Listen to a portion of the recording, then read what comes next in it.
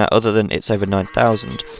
Clan Nand is going up to the feudal age, well, he is in the feudal age now, and he's getting out a barracks and a couple of, an archery range and a blacksmith down at the back of its over 9,000 space. That's going to allow him to do some harassment early on. But saying that, look at his resources. He's just got enough resources to go castle again. Well, to go to castle, and it looks like he will do that. He's got 800 food and 200 gold. He'll be able to advance to the castle age once these two buildings are up. If he does that, then he's going to be in a very good situation indeed, and that could really tip the balance. However, Russo is so far behind right now, he won't be advancing to the feudal age for some time, whereas Mod Fire in green is already in the feudal age, and it's over 9,000 is almost, well on his way as well. Nand, on the other hand, is advancing to the castle age right now, so will that bring him much of an advantage? We'll find out. Getting up another archery range there as well, so he's looking to do some harassment, and he's doing quite a good job of walling in its over 9,000. But on the other hand, we've got to bear in mind that Russo is so far behind now. All of these villagers here completely converted from Russo's village account, and not doing a bad job at all. He's just going feudal age now, and to be honest, he's so far behind. It's going to be such a long time before he gets back into the game. He's still got 2 missionaries inside of his base doing a lot of harassment. He's also got this here, one of Modfire's villagers building a watchtower right in the centre of his base as well, which means that all of this area here is going to be under threat from him. Oh, and it's over 9,000, just losing him his missionary there, which was a bit of a mistake. But Fire has still got his missionary as well. Back over, it's I can't even speak. It's over 9,000 space, and really Nanda's colonised this as much as his own. He's got all of his military buildings over in the back of its over 9,000 space, while at his own base he's just going for economy, economy, economy. No doubt he'll go to get another town centre out soon, as he's nearly in the castle age. Okay, so it's over 9,000 and Mod Fire still in the lead, however, score-wise, and that is due to Russo having such a low score. He's on 900, which is a good 300, almost 400 less than everybody else. Mod Fire, the second lowest player, with that lead on him still. He's not under too much threat right now. He's dealt with Russo's missionary, and he can get on with getting his economy up and running. Back over here, we still have the missionary. I think we still have the missionary just around here. It is trying to convert more villagers still. And all the time that Russo is being forced to stop collecting resources, Fire is able to gain a slight advantage.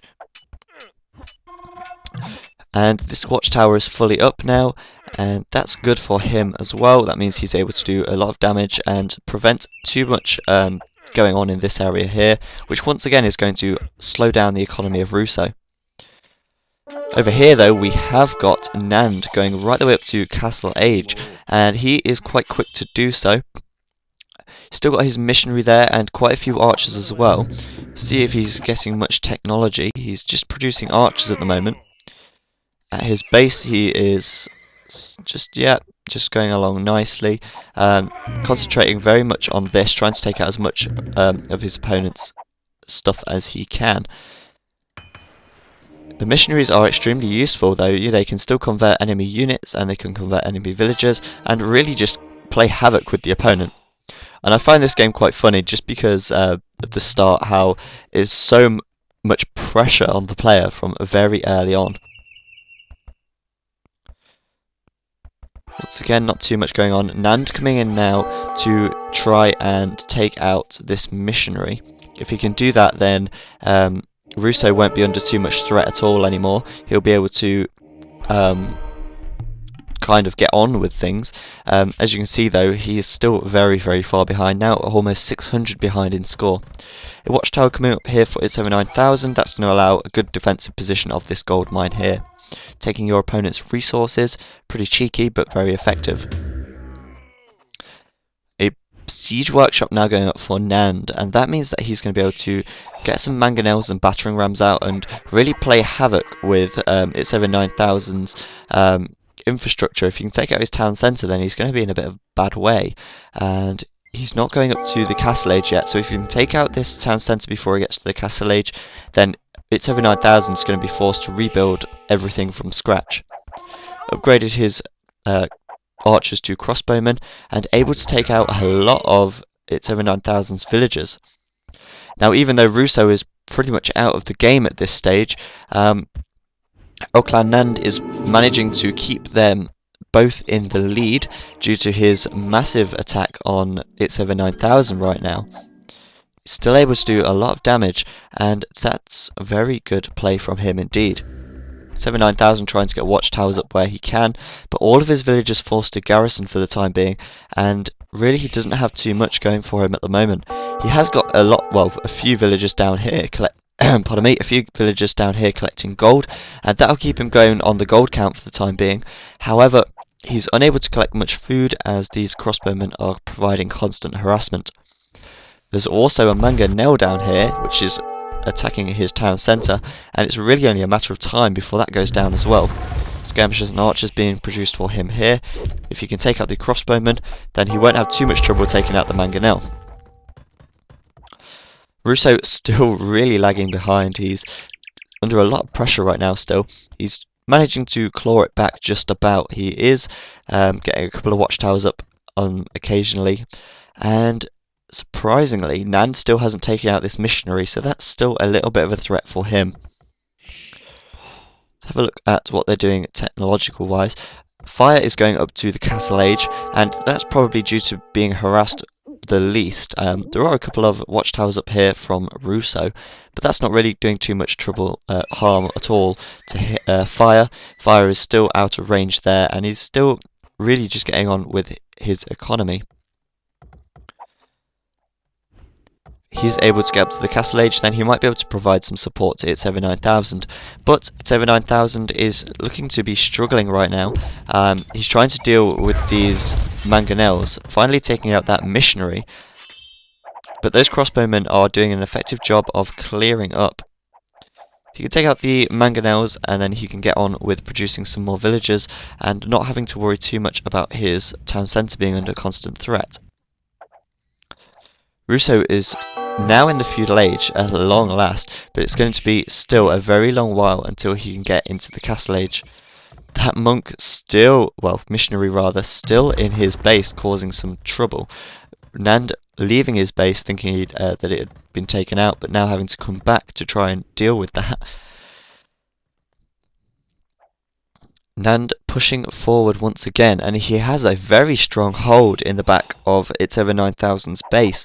And, and he's coming in with the mangonel once again. He can probably take out that town centre if he doesn't come under too much pressure. Still attacking that. Finally, this missionary is being killed, and that's 0 missionaries for all players now. Fire lasting the longest with his missionary. Score-wise, they are fairly far behind now, Fire and it's over 9,000. Nand and Russo have managed to kind of bring it back. Of course, Russo is, once now this missionary is out the way, he's now trying to get his economy rolling, and he's not doing such a bad job of that either. He's putting a lot of watchtowers everywhere and walling himself in where possible. I've got a bit of hiccups, so you'll have to excuse me. Fire though, with a few knights out now, he's just advanced, and he'll be able to head over here to try and help out it's over 9,000. This town centre going down though, and it looks like he's definitely lost that. Trying to escape with his villagers where he can, and let's see where he actually runs to. Fire now trying to reinforce its over 9,000 with some knights, and at the moment they shouldn't have too much trouble taking out the crossbowmen, and that's really all Nand has got. So Fire will be able to take out these crossbowmen with little to stop him. Knights obviously very effective against crossbowmen.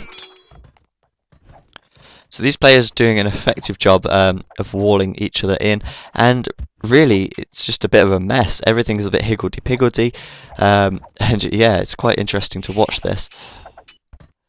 bit of everyone in everyone else's base. Nand, though, has been unharassed from the very start, and that has allowed him to get a nice lead. He's still putting a lot of pressure onto It's Over 9000, who has been forced to evacuate his base, bringing his villagers down here. See what he actually does there. Russo in the back of Fire's base. I don't know if Fire knows that he's there, but that's only 4 villagers collecting some wood anyway. Not the end of the world for him. Still some villagers down here, and Russo is still in the feudal age. Nand, on the other hand, well into the castle age, so is mod Fire. It's Over 9000 still in feudal as well. And if you compare It's Over 9000 and Russo now, Russo has managed to overtake him. We now have It's Over 9000 bringing up another town centre, and they've seen that, so they know where to attack where they can. However, mod Fire has been able to take out a lot of Nand's units. All of his crossbowmen have been killed off, and that means that he's in a bit of a better position now. However, Nand is reacting to that by building camels. Why is he building camels? Because camels are pretty much the ultimate anti-cavalry unit. Effectively a pikeman on a horse. That's how they could be described. So not only are they effective against horse units, they are also extremely maneuverable. Fire trying to break into Russo's base there. Russo quickly walling off, and that was quite good timing from him. If he didn't have villagers nearby, he would have been a bit stuck there. Russo finally going up to the castle age at 31 minutes into the game.